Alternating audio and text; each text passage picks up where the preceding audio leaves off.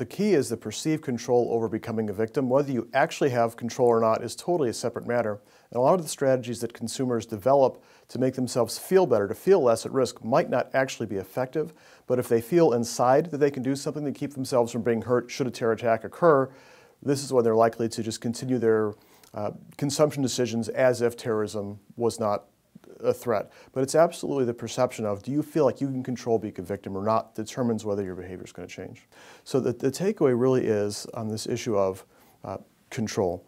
If you feel psychologically that you have control over whether you're going to be a victim or not, your behavior continues unaffected. If you feel like it's random whether you're going to be hurt or not, in this context, you're going to pull away. Our research is really conducted to try to stay one step ahead of current events. Because while there have been lots of attacks worldwide, in any one country, Western country at least, with the exception of Israel, attacks have been far and few between. So there haven't been enough attacks really to change consumer behavior on a whole-scale level. This could change, though, very quickly. Consider that if there was a few successful terrorist attacks on sporting events, what's going to happen to the marketplace? Demand for tickets to see sporting events live are going to decline, whereas demand for either satellite or cable services that allow you to watch those games at home are going to increase. And that's really where we see that the marketplace is likely to shift.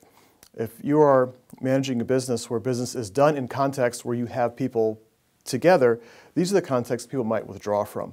Your job then as a manager is to sell risk reduction, create a narrative that allows people to feel some control that they're not going to be at risk. In contrast, there are some industries that you can sell risk reduction. We saw that demand for guns went way up after 9/11, for example. But goods and services that allow you to consume at home versus be in public are ripe to increase and expand if there is an increase in terms of terrorist attacks. For the damage control, you have to give people the sense that they're not going to be hurt. So for the movie theater context, we're already seeing people in America developing strategies like Israelis have to figure out how to keep themselves safe. So people are talking about sitting in the back row of the movie theater so they can keep an eye on what's going on. But whether you're a movie theater, whether you're a tourist destination, whether you're a shopping mall, I think that if terrorist attacks increase, money is going to be well spent to both screen people coming in and then also conveying an active and expert security presence on the inside, both to mitigate any attacks and also stop them if something should occur.